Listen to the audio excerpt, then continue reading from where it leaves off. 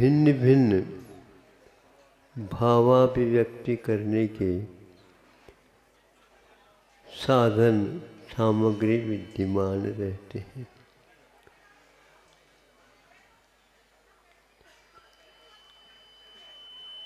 कभी कभी सोचने से ऐसा लगता है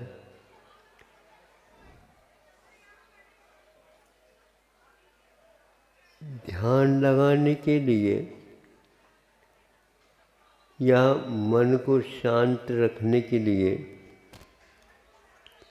भिन्न भिन्न चेष्टाएं की जाती हैं और करने के लिए शास्त्रों में विधान भी है। समयसार में एक स्थान पर उल्लेख किया है,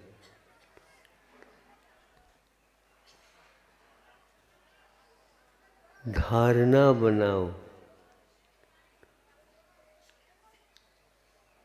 यदि धारणा बनाते हैं मन की एकाग्रता हासिल होती, और यदि धारणा बनाए बिना बैठे उसमें मन की साधना नहीं किंतु दुर्भावना आदि उसमें शामिल हो जाए।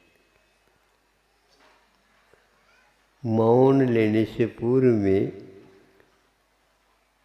किसी ने कहा महाराज कुछ दिन के लिए मौन दे दूं। अभी मौन की आप साधना मत करो, क्योंकि वह अलग ऊंची चीज़ है। फिर क्या करें महाराज, मन तो टिकता नहीं। मन को टिकाने के दूसरे और साधन हैं, उसको हम आपके लिए दे देते हैं। तो ये कहा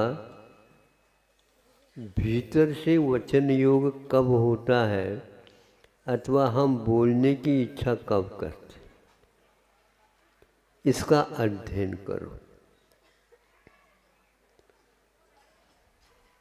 हम बोलते आप नहीं हैं, लेकिन बोले बिना रहते भी नहीं हैं।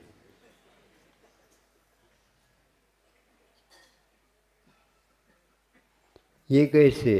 तो आपको देखना है, उसको देखते नहीं है, बैठे बैठे रहते हैं और घंटों निकल जाते हैं, क्या क्या भूल गए पता नहीं। ऐसा है नहीं। अंतर्मुहूर्त के उपरांत निश्चित रूप से वचन योग होगा, जिसने कुछ सोचा है तो। सोचता है, फिर इसके उपरांत एक कदम आगे बढ़ जाता है वचन योग में। फिर इसके उपरांत उसमें शांति उसको नहीं मिलती है तो काय की चेष्टा और कर लेता। कोई व्यक्ति सुनने वाला नहीं है तो उसको बुलाता है, अथवा शांत बैठा बैठा ही दूसरे कोई व्यक्ति आ गए पास, वो थोड़े से थके हुए थे, बैठना चाहते थे, तो उनको देखा तो अब ये हमारे लिए आए हैं। चालू हो गए बोलना आपका, और 10-15 मिनट हो गए, पूछ तो ले कम से कम आप कहाँ से आए। तो वो भी पूछता है आप कब से बैठे यहाँ पर। चालू हो गई वार्ता। हम बोलते नहीं, यदि संकोच हो गया तो भैया पूछो नहीं उनसे, कहीं गुस्सा न हो जाए। लेकिन मन में कुछ न कुछ तो ये उठता रहता उन व्यक्तियों को लेकर के। वो व्यक्ति आपके लिए सोचने के लिए बाध्य नहीं कर रहे हैं, लेकिन आप सोच रहे हैं। फिर धीरे धीरे जो व्यक्ति दो बैठे थे उन्होंने भी सोचा कि ये कुछ हमसे बोलना भी चाहते या कुछ न कुछ तो विकल्प है। आपके मनोवचन काय की चेष्टा का यह स्वरूप किसी को ज्ञात रहे या न रहे, स्वयं को भी ज्ञात नहीं हो पाता। इसलिए मौन रहने वाले के लिए मन को भी बोलना चाहता है तो उसको चुप बिठाने की हिम्मत चाहिए, और उसकी इच्छा शक्ति प्रबल होती चली जाए तो भी नहीं, हमने संकल्प लिया है, हम बोलेंगे नहीं। अब सामने वाला कुछ ऐसे निमित्त बन जाता है, हमें देख करके तो आपने मौन तो नहीं लिया, ये क्या हो रहा है ये, हा? मन कैसा बोलता है, शांत बैठता नहीं। अब आप सोच लीजिए, पूर्व कोटि वर्ष को भी किसी एक साधक ने संकल्प पूर्वक मन वचन काय की चेष्टा के साथ संकल्पबद्ध हुआ, मुझे किसी से बोलना नहीं, तभी से असंख्यात गुण निर्जरा प्रारंभ हो गई।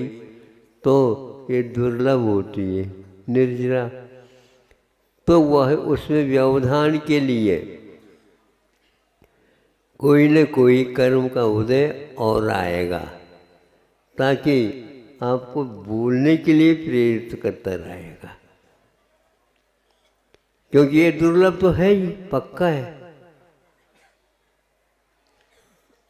पूर्व कोटि तो बहुत लंबी चौड़ी है आयु अवधि, लेकिन कितने अनुभाग के साथ उसने संकल्प लिया, क्या मान करके इससे बंद होता है। हम निर्जरा चाहते हैं, संवर चाहते हैं, पुरुषार्थ मूलक कोई भी व्यवधान आ जाए तो भी, जंगल में इस प्रकार के व्यवधान आना स्वाभाविक है। कोई भी वन्य पशु आकर के उससे किसी भी प्रकार से घात लगा सकता है, उन सब में वह चिल्लाया नहीं, किसी को बुलाया नहीं, किसी से बोले नहीं, वहाँ से भगे भी नहीं। ये उपेक्षा संयम का आधार लेता है। अंतर्मुहूर्त में इसमें निश्चित रूप से परिवर्तन होता है, लेकिन फिर भी संकल्प के अनुसार यदि सोचते हैं, उस संकल्प में कोई अंतर नहीं आया। कई लोग उतावली में मौन लेते हैं, फिर इसके उपरांत महाराज हमें प्रायश्चित दो, तो प्रायश्चित काय को भी है। आपने कल मौन की बात कही थी, तो हमने सोचा कि अब महाराज तो है ही नहीं, ऐसे कर ले, मौन ले ले, कब तक के लिए जो अपनी सीमा तक बना लिया, लेकिन वो चला नहीं, 1 घंटा भी नहीं हुआ। लिया था तो अब टूट गया, टूट गए तो हम क्या करें। महाराज जी को ये भी बताना चाहिए था, थोड़े थोड़े ले लेते तो हम भी थोड़े थोड़े ले लेते, ये नहीं बताया। ढूंढा मिला, गुरु महाराज मिले, बोला ऐसे देखो, मौन साधन करने के लिए अभ्यास भी चाहिए, दृढ़ता भी चाहिए, और शारीरिक और मनोबल भी चाहिए। वांग मनोगुप्तिर्यादान निक्षेपण आता है ना सूत्र, इसमें अहिंसा का परिपालन वह कर सकता है जिसके मन की दृढ़ता विद्यमान रहती।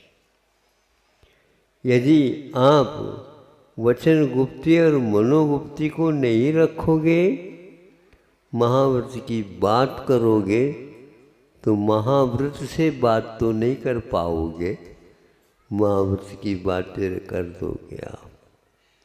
मैं ऐसा करता हूँ यार, चुप बैठो, शांति रखो। यदि मनोगुप्ति नहीं है, मन की स्थिरता नहीं है, तो आचार्य उमास्वामी महाराज कह रहे हैं हम लोगों को, वृत्तियों को, आप मन की अस्थिरता के साथ तो कब तक ये चलाओगे? दूसरा कोई भी सहयोग दे या न दे, आपने अपनी तरफ से इसका संकल्प लिया है तो उसे निर्वाह करें। परस्पोग्रो जीवानाम भी तो कहा तो है, इसमें कोई बाधा नहीं। पर के ऊपर उपकार करो, क्या कौन सा उपकार करो? ये उपकार करो पर के कारण आपने महाव्रत नहीं लिया। है क्या नहीं? सही है बात। तो पर की अपेक्षा रखो क्यों? वो तो सब कर्म के ऊपर आधारित है। सहयोग मिलना नहीं मिलना, और देखो इतना हमने बड़ा पुरुषार्थ किया, इतना लंबा चौड़ा जीवन को संयत बनाया, कुछ ना आप लोग वो कर भी नहीं रहे हैं। सहयोग तो कुछ देना, नियम तो ले लो थोड़ा सा, ताकि आपके कारण मेरा महाव्रत निभ जाए। अरे तुमने सोचा ही नहीं क्या होता। वो नहीं भी देता तो भी वह उसकी कोई अपेक्षा नहीं रखता।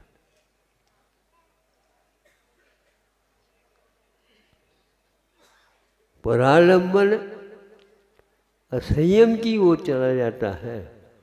असंयम ही करे ऐसा नहीं, लेकिन संयम में थोड़े थोड़े धीरे धीरे ढिलाई के लिए कारण हो जाता। अंत में संलेखना के समय पर मौन लेने के लिए भी कहा जाता है, क्योंकि बोला ही नहीं जा रहा तो कम से कम मौन तो ले ले।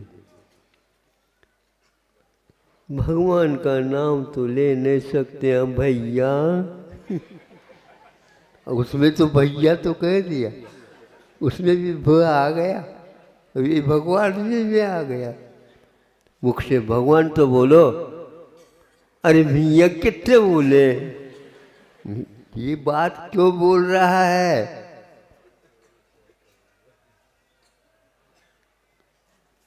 यह रोजमर्रा की बात है।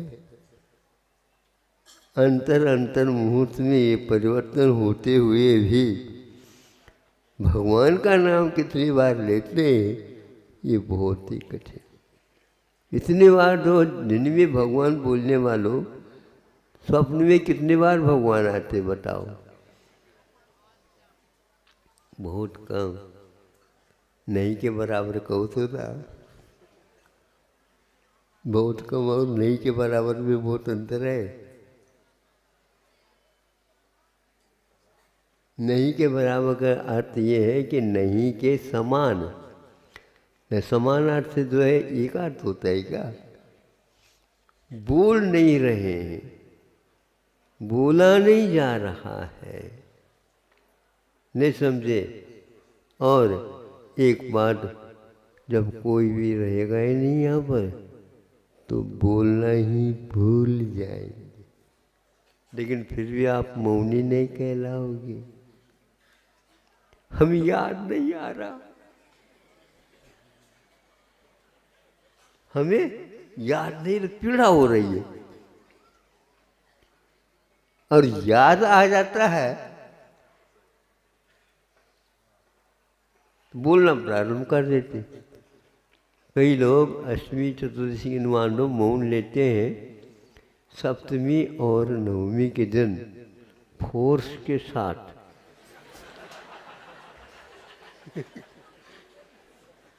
बोलते रहते। आप सुने या न सुने, वो तो कमर कस करके आज सुनाना है, बोलना प्रारंभ कर देते। नहीं चाहते हुए भी, हम नहीं सुनना चाहते तो वो नहीं सुनते सामने वाला, हमें कहने दो। क्या होता है इससे? थोड़ा सा हल्का होता है। तनाव को दूर करने के लिए भी ये बताया जा रहा है, उससे बुला कुछ न कुछ तो बुलवाओ, उसको बातों में लगा दो। और जब बातों में लग जाता है तो आपको कहता है वो बैठ जाओ यहाँ पर, आपने बातों में लगाया मुझे, कोई न भूल लूँगा। ये सिर दर्द होने लग जाता है। कई लोगों को बोलने से सिर दर्द नहीं होता, नहीं बोलने से सिर दर्द होता है। बुरा नहीं मानियो, इधर आ जाओ, हम सुना देते हैं आपको। हाँ, धर्म की बातें सुना करो। हो, ये धर्म की बातें अब करेगा, उससे रहा नहीं जा रहा, ये नहीं बता रहा। अब वहाँ यदि नहीं आता समय पर, वो भी सोचता, उनको बुला, अरे हमारा काम करना था, उन्होंने कह दिया था मैं आऊँगा, क्यों नहीं आ रहा? नहीं आता तो अब पकड़ कर ले आओ। ये स्थिति होती है, आज भी होती आ रही है। किसी के लिए यदि कोई बोलने वाला नहीं है तो चैन नहीं पड़ती। इसलिए घर में बाल बच्चे रहे तो बहुत अच्छा है, नाती पोते के साथ तो कम से कम बोल ही ले।